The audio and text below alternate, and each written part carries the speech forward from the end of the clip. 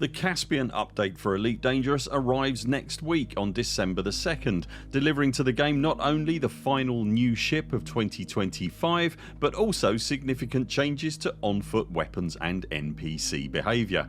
As part of the Elite Dangerous content creator program, we've had early access to an in-progress build of the update, and in this video we'll give you our review of the Caspian Explorer and those much anticipated on-foot changes.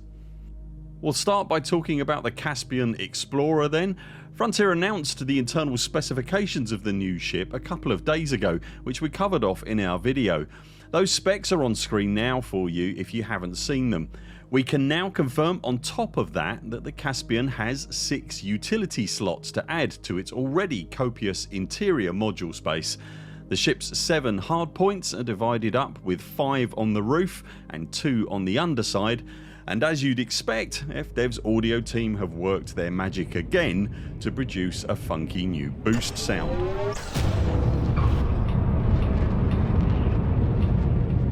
As I've mentioned, it's a large class vessel and occupies a place that is somewhat akin to the spot taken by the previous generation Anaconda. Size wise it's big obviously, but what it lacks in anacondarine length it makes up for with the saucer section radius. Being a large class vessel, the Caspian has 4 internal seats, 1 for the owner and 3 comrades in tow, and all 3 are treated to a view out of the panoramic glass in front of the ship's Star Trek inspired saucer section, with a moderately expansive bridge space behind them that is largely devoid of any of the usual detailing and objects that we're accustomed to seeing in other ships of this size. It does however have one significant Easter egg that more than acknowledges its obvious Star Trek inspirations, and it's exactly in the spot you'd expect to find it on the bridge of the original Enterprise. The ship's large hull supports SRV bays and ship launched fighters as an option. The SRV currently deploys facing the rear of the ship and the main entrance ramp and has to be reversed out to be used, but such quirky features are usually a symptom of the pre-release builds we get to see and don't necessarily make it into production, so I'd be astonished if that was a feature by design. As well as coming fully Super Cruise overcharge enabled, the new vessel is capable of housing no less than 3 of the game's new generation of Mark II modules that further lift its performance over that of its peers, and perhaps unsurprisingly it's here that the Caspian begins to show its core strengths. Those modules break down as follows: a Mark II supercharge optimised frameshift drive with SCO, Mark II gravity optimised thrusters, and various flavours of Mark II ablative armour. The supercharge optimised FSD will boost your frameshift drive jump distance by 4 times when you scoop exotic particles from a white dwarf star, and by an eye-watering 6 times when you scoop from a neutron star. The latter took our largely thrown together FSD range engineered build with a Guardian FSD booster from a respectable 65 or so light years to over 393 light years. It goes without saying, if you lightweight the vessel and optimise it for range alone, you can make that number go significantly higher, and we're fully expecting the shortest travel time records to Colonia, Sag-A and Beagle Point to be shattered in the hours following the ship's arrival in the live game. The Mark II gravity optimised thrusters significantly improve the handling of the vessel when in a gravity well, specifically when it comes to the realm of not hitting the ground and then exploding. I found I was able to fairly liberally throw the Caspian around mere meters from the surface of a 0.38G planet, for example, with significantly reduced fear of the aforementioned planet ploughing mishaps. And you are going to need those thrusters, particularly if you're running the Caspian's Mark II ablative armour, which allows for a much steeper approach into a planet and faster de-orbit glide speed. and for a ship of its size it handles very nimbly indeed. Our largely thrown together dirty drag drive build was pulling around 420 or so meters a second in the boost, and again, relatively speaking for a ship of its size, turning on a dime, particularly with flight assist off. When using the ablative armour in the glide down from orbit, you can pitch down as far as 75 degrees as opposed to the standard 60 degrees in ships without ablative armour, and that de-orbit glide goes up by 1000 meters a second. Both features combine to get you down to a planet's surface noticeably quicker. The Mark II thrusters coming in extremely handy as you'll exit those fast steep glides around 1.5 kilometers above the ground, and in a steep dive, which in a ship as large and as heavy as it is immediately has to be dealt with. Cue those Mark II gravity optimised thrusters. The ship will be available in early access with 3 options, all of which unlock the vessel at appropriate shipyards as an E-rated basic hull purchase for credits, as well as one that can be instantly deployed at a shipyard rather than purchased. Then there's the Stellar and Galactic editions, which contain all the aforementioned features of the basic edition, as well as instantly deployable A-rated builds complete with ship kits, paint jobs and, in the case of the Galactic, a holo kit option to boot. It's worth noting here, if you opt for the E-rated basic edition or you're purchasing a Caspian for credits, those Mark II modules have to be purchased for credits and installed as part of your outfitting choices. The E-rated Caspian is just that, completely E-rated. All those ARX powered options also come with a Caspian Owners Club decal that is exclusive to the early access period for the ship. And it's also worth noting that the ablative armour, as with regular ship armour, comes in various flavours, weights and resistances that you can use to tailor the ship to your own personal choice, whilst still availing yourself of the ablative benefits, so make sure you evaluate those before you settle into any engineering choices.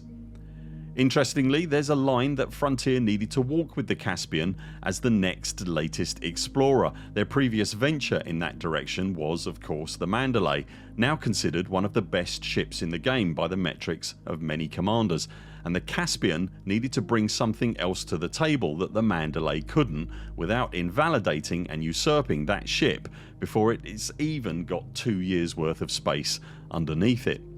Whether they've managed to do that will of course be down to personal preferences, and it's also worth underlining at this point that the Mandy also does other things besides exploration, and does them very well, as does the Caspian, and there isn't a lot of crossover between the two ships' off-piste activities.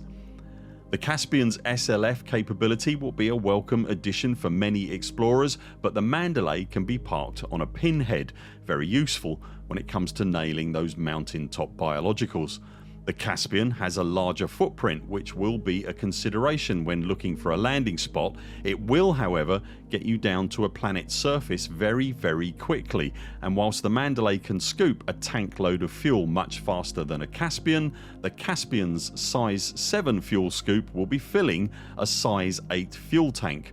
While you are fuel scooping in the Caspian, heat build-up will be a consideration and needed to be monitored much more than the super scoop and run Mandy, but once your Caspian is done scooping, there's no arguing with that neutron boosted jump range.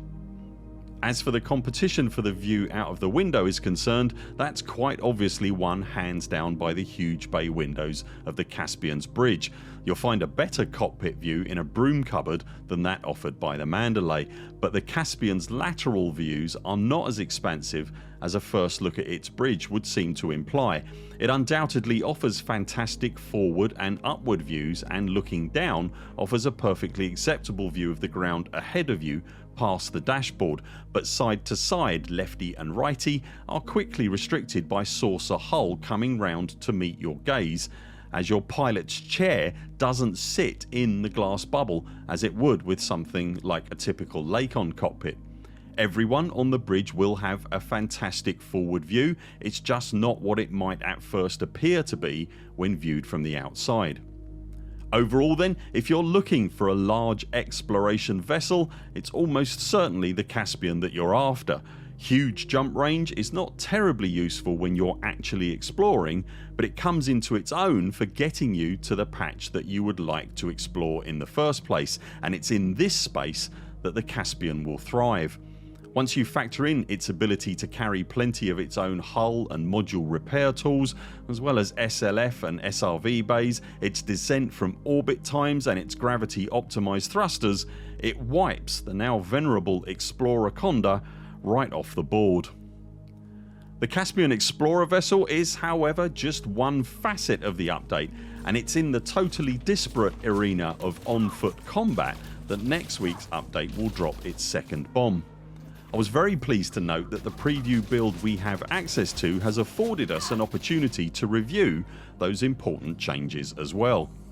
In their blog post earlier this week, the developers promised changes to the balance of the on-foot experience that would ultimately deliver changes to all the on-foot weapons, making lasers and kinetic weapons in particular far less specialised and giving plasma weapon fire faster travel times. All weapons were also promised to have their stow and draw times increased, and FDev also stated that NPCs would now, in very broad terms, be smarter, faster and more aggressive. There are really two types of on-foot combat in Elite Dangerous: settlement raiding and conflict zone engagements. Settlement raiding also encompasses any on-foot missions at POIs etc. that could potentially drop you into a combat environment. As far as NPC behaviour is concerned, when it comes to the settlement raiding, they appear, from the limited testing I've been able to do thus far, to be largely the same as before. The balancing of weapon output, however, has made the whole endeavour a degree quicker, somewhat more forgiving and definitely more survivable. NPC behaviour at a surface conflict zone, however, is now a very different experience. Again, your weapon output helps to make the whole experience more dynamic, but the AI is now, in turn, much harder to hit and more willing to hit back harder if challenged. I found that if I landed shots on an NPC, they would almost immediately stop and return fire. In CZs before the Caspian update, I've shot NPCs multiple times in the back as they doggedly ran towards their objectives, ignoring almost everything else around them. Sharpshooters with their executioner sniper rifles in particular are now very challenging, as the speed of their outgoing plasma rounds has now increased, and on numerous occasions I had the skin burnt off of my ears as I dashed for cover. The smoothing out of weapon specialisation overall, I have to say, I'm really enjoying. That feature, coupled with the speed with which you can now swap weapons even without the engineered modification, means that whatever weapon you have in your hands will chew through whatever the target is putting up in front of you first. Lasers will now chew through armour very effectively, and kinetic weapons will likewise take down shields, almost completely negating the need to constantly swap damage types.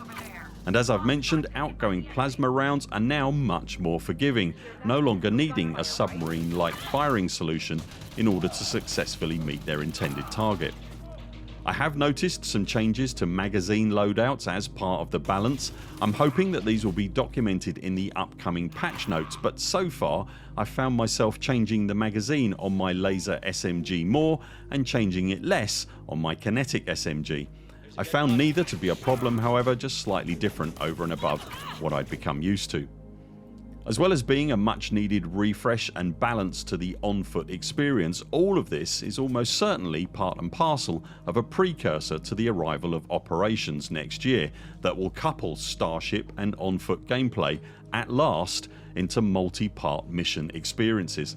I'll say this again, these changes are really important as part and parcel of Odyssey's journey toward being a much more integrated part of the overall experience, and after years in the wilderness, I'm frankly overjoyed that Frontier have finally decided to grab the bull by the horns and start bringing Odyssey's very specific and unique take on the Elite universe to the place that it deserves to be.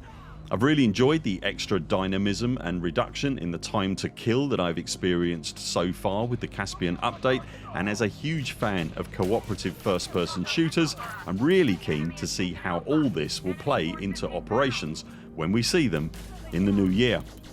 the Caspian Explorer and the updates to the on foot first person experience in Elite Dangerous arrive in the game next Tuesday the 2nd of December. How do you feel overall about Frontier's new generation of ships? Will a Caspian be replacing something in your personal shipyard? And are you going to be diving into Elite's on foot gameplay? Not helping. Let us know in the comments below. If you've enjoyed this video, remember to subscribe to the channel so that you see all our videos and community posts, and if you'd like to support our work here at the Burr Pit, you can also join us on Patreon. Links to that and everything else we've talked about in this video you'll find linked below. That's it for now. Thanks very much for watching. We very much look forward to seeing you next time.